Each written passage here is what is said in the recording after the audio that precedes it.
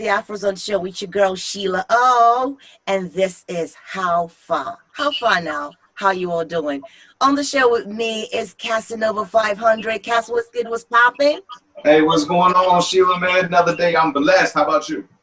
I am very excited, thanking God that I haven't got that corona yet, and no one I know that's really close to me has. And by the grace of God, nobody else would have this coronavirus. I hear there's a vaccine out right now, so that I think Trump has approved. You hear about that?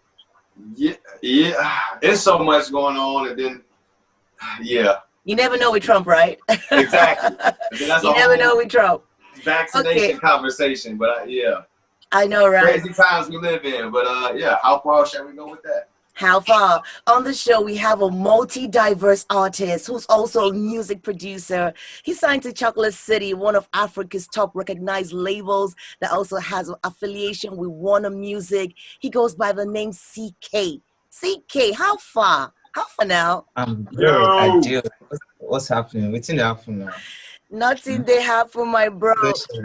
You have CKAY. You have an interesting story, okay, behind you. Yeah. Okay, I hear you're a straight A student that could have been a medical doctor, but no, CKAY chose to get into music. As if that wasn't enough, I hear CKAY ran away from home and ran to Lagos because he was like, nah. My brain can make me do whatever, be it fine arts, be it music, be it whatever. And then you joined Chocolate City, and then you started making waves. CKAY, what did I leave out? Tell us your story, fam. I mean, you pretty much, got everything right. There's like a whole lot in between though. Like it's a really long story, but yeah, man. In summary, I'll just say I've had to take very drastic steps in my life to chase my dreams, and I've never had anything like fall on my lap. You know, even like the opportunity to be an independent adult in Lagos trying to like chase a dream. Like I did not have that.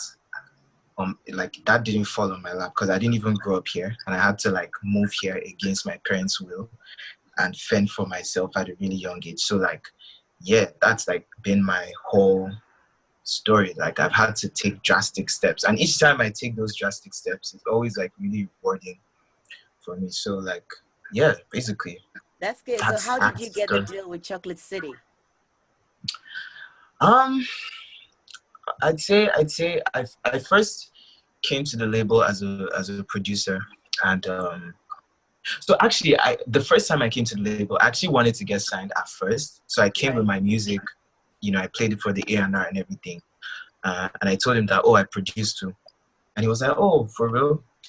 It was like, oh, cool. So apparently he liked my music and whatever, but I didn't get signed at the time because like, I don't know, they had like 14 artists at the time, and their hands were really full, and signing another person was not really on their top 10 priority list. So yeah, basically I had to chill for a while, and I was hanging around as a producer and a songwriter, and eventually, man, like I'll just say, to keep it short, my talent got recognized and I got signed as an artist.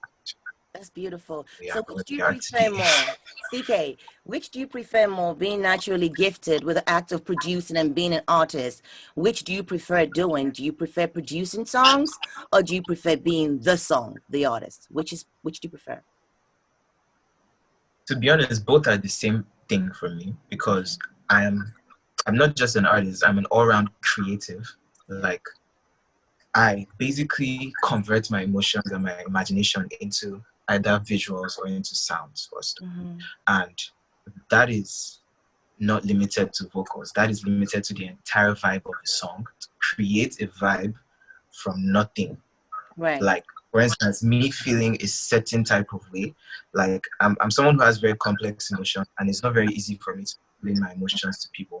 So for me to be in my bedroom and to literally create a vibe from nothing, is expression, and that is Right. art in itself. Right. And after doing that and now vibing on it and singing and putting words and rhythms and melodies, that's like a high level of satisfaction or expression, well, that would not have existed without the first stage. So it's like a very, you know, inseparable connection between the I two. So see. I can't really tell you like, Which is it? yeah, I get yeah, it. it's Let's just talk like about one your episode. album. Let's talk about your album, CK, the first. So the album, your album, the first. What's the story EP, behind it's your not an first album. track? What's the story It's behind not your an first album, it's track, an EP. DTF? Tell me about it. What is it? It's not an album? It's a single? No, it's an EP. EP. It's like 24-minute song. Oh So it's an EP. wow. It's Wow. Young yeah. fella. Okay. I see you. I see you, young fella. 24 minutes. That's what's up.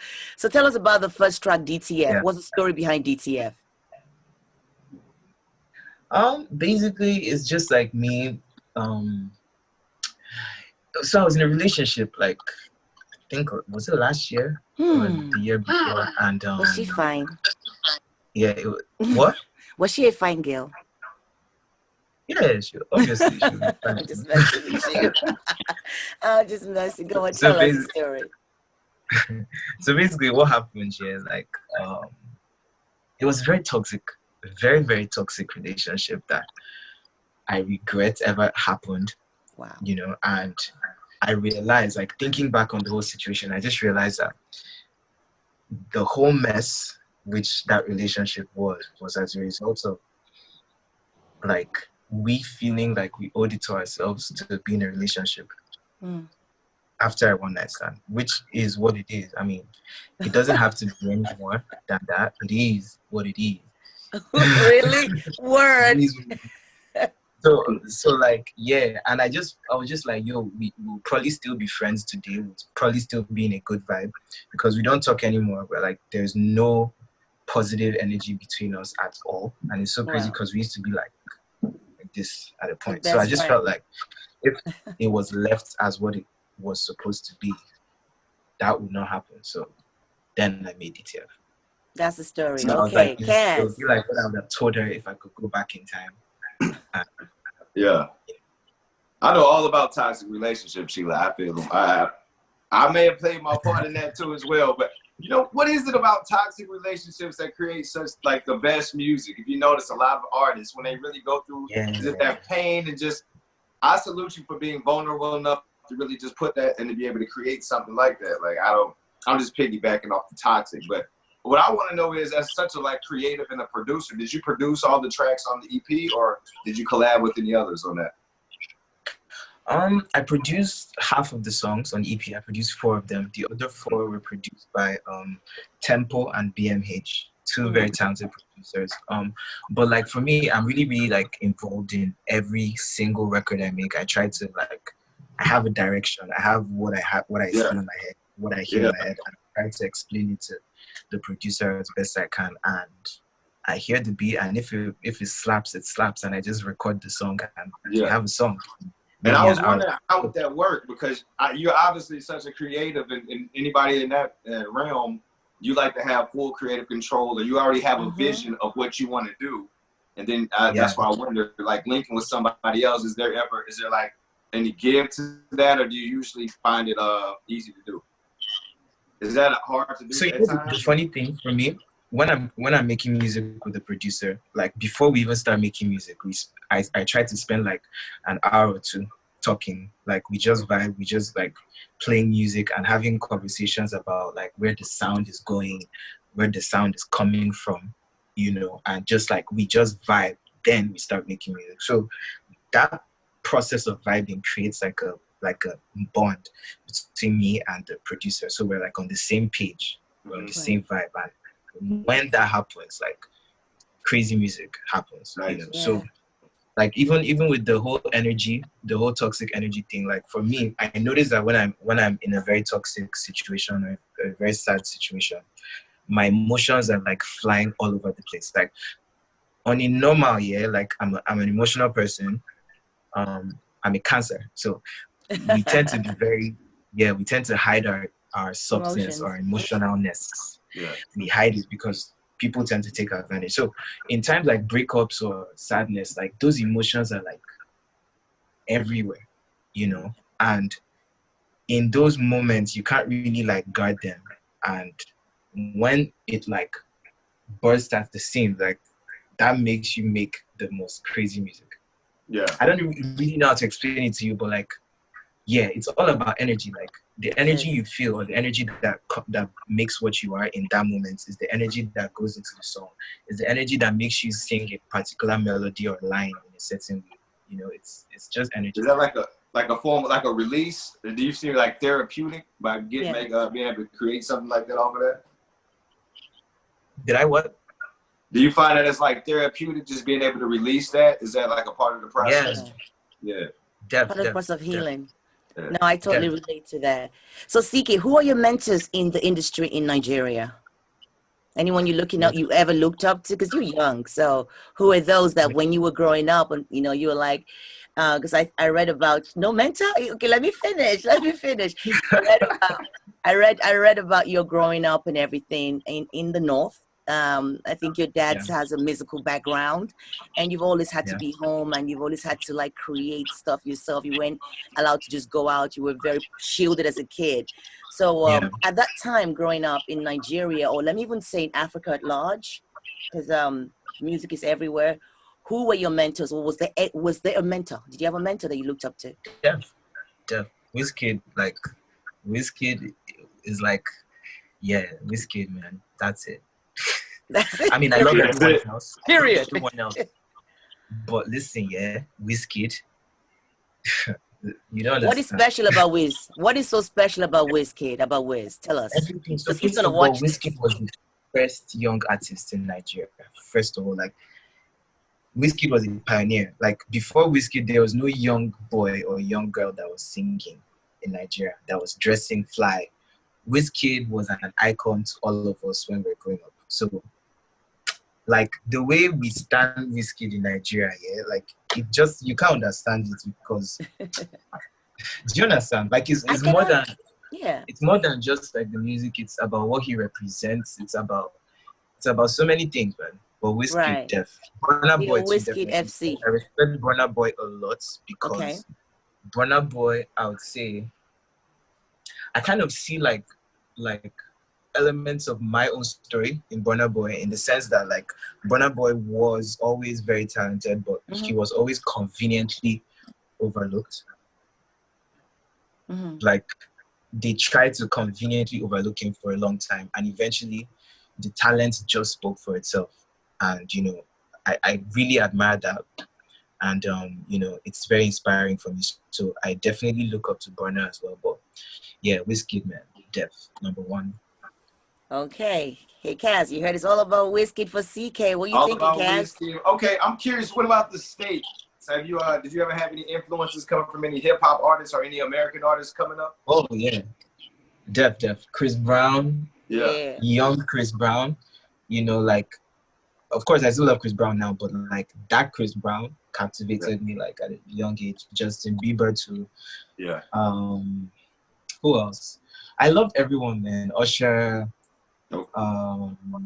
Nelly, Cisco. I used to listen to Cisco like way back. How could you listen to Cisco? He was all about a thong song. What do you know about a thong back in the days when you were a kid? Huh? You know the crazy thing, I didn't know what that song meant. I didn't know what it meant. You didn't know what he meant? I know, right? Nobody did. I thought he meant tongue song. As a child, I thought he meant tongue song. So I didn't know he meant like thong. Now you know. That was even better. Now I know. I was like, oh wow. So if you were to choose any American artist, is there any that you would be like really excited to collab with? If you could choose one, who would that be? Drake, man. Drake is not American though. Drake. I mean, that count. I mean, Canadian, but we'll take him. We'll take him. Okay. Yeah, Drake, Jeff. Like Drake's artistry is. It's dope. It's one of the most admirable artistries ever, because like in 2020, this guy is still dropping number ones. Like, that's not even across the country. Like, that's not even normal. Over a decade. Like, that has to be studied. Like, it's crazy. Oh wow. Okay, CK. So quarantine is off from what I hear in Lagos. Have you been outside yet since they I lifted haven't the been, man. curfew? You Nah, haven't? nah. Okay, if you I ain't do, going which is outside. smart, shoot, I don't blame you. Stay home. But if you do go Okay. outside, or when you do decide to go outside, first Mhm. 3 stops, name them. First 3 stops when you decide to come outside your house. First 3 stops in your head. Where you gonna go? Studio. I have a studio in my house though, but still, like, I miss the actual studio. Mm-hmm. Where else? Uh Club. I really like to go to the club, man. Like, it's been ages, and I want to go to a show. Any show, Any any show that show. there's social Like, distancing I just though. miss the sound of speakers and mics. What? I said any show that there's social distancing. The better social distance in that Yeah, club, yeah, yeah, right? yeah, Okay, what's yeah. next for Hopefully, CK? like, this whole Corona thing can just end, man. It will end. It will end. What's next for me? So I'm trying to drop a short film for my EP. Okay. And it's like it's a very poetic movie that, describes or embodies, I would say, like, love in the 21st century, Mm-hmm. love triangles in the 21st century from my own perspective. Like, and it's very African, the styling. We shot it in Ghana, Mm. Accra. It's 8 minutes long, and it's really, really beautiful, straight to the point. It drops really soon. That film has the original Love Wantinty, Oh the wow. original version in it. Yeah. And after that, I'll be dropping another EP which has some amazing vibes. And yeah, I'll be doing more videos, more collaborations, and shows and stuff. That's what's up, CK. You're very deep. Really, really an honor hanging out with you today. Thank you so much. Thank you Much so much for having me. appreciated. And we look forward to seeing greatness from you in the very near future. You sound very promising, and I know you're gonna be one of those making waves in Africa, not just Nigeria. So respect to you, bruv. Respect. Thank Thank you you so so much. much. All right. Appreciate you. Bro. Thank you. All right. Before you go, CK, can you just do a drop for us, please? Just saying Sure. this is CK and this is how far, something like that. Okay. On Afrozons Radio, do I add that? Yeah, you do too. So the first one is this is CK, how far? That kind of thing. Then the second one, Okay. do the first one and I'll tell the second one. So that way. Okay. Yes, my people was good. This is CK. How far? Perfect. And the next one, perfect. The next one is this is CK and you're hanging out with my girl SheilaO on the Afrozons show. Yeah. Yo, what up, my people was good. This is CK and you're hanging out with my girl SheilaO on the Afrozons show. Keep it up. That's Natural. professional. That's what's up. I told you he was supposed to be a freaking astronaut with all his straight A's. Yo. Respect. Okay, how far? Nothing to you. Respect you. Stay that. away from them toxic relationships, fam. I'll Well, try. maybe not. It'll give us another great EP, so come on with No, maybe you need that to get more Right, EPs, right. bro. Come on. Yeah. I thank Bye, you guys fam. so much. One love. Love. Bye. Love. Peace. Bye.